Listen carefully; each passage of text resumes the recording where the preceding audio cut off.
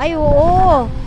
Sira, wala doon kanina. Naranasan din namin yan noon. Mag-ani kami ng ano ba yun, kamuting kahoy. Tapos ang dadaanan mo bakilid. Ay yung ano talaga, yung palusok yung daanan mo, Diyos ko.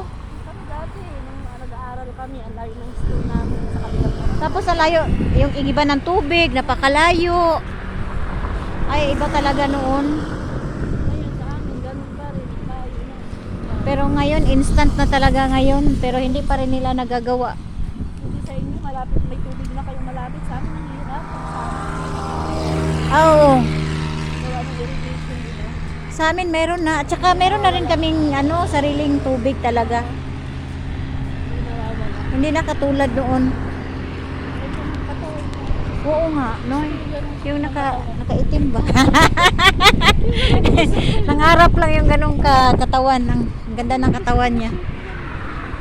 Ganda ng shape. Wala naman masama mangarap. Kaya natin yan. Basta iba, kung talagang gusto nyo eh. Kaya lang wala eh. Hindi na pa manibigyan. Paano? Umpisa lang tayo. Hanggang umpisa lang eh. Uy, ang lakas ng hangin. Ang ganda sana ng panahon, no? Ang lakas ng hangin nga lang. Wala, natutuyo na yung pawis natin.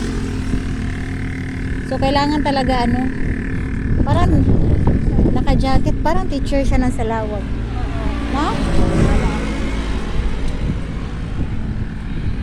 Bibili tayo ng ano, ng jacket na sa parang sauna ba yun?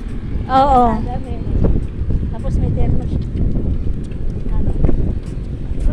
Ganun, no? Tapos Kasi, oo, ang lakas kasi ng hangin. pala ganun pala tayo. Parang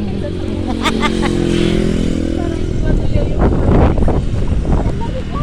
Oo, lakas nga ng hangin. Diyan, maganda na dyan, pagka ano, summer.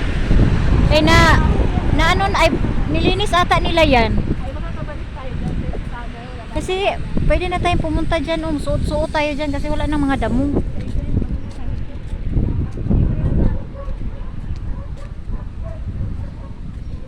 Ko ilang months na naman yun. Ilang months na naman mangyari. Mahangin pa kasi ngayon. Para nagpaplano tayo mag-ano, hindi na siya wala. Uy, tatakbo tayo. Kailangan natin tumakbo. Sulitin natin to. Oo. Sige, go. I-ano ko lang siya.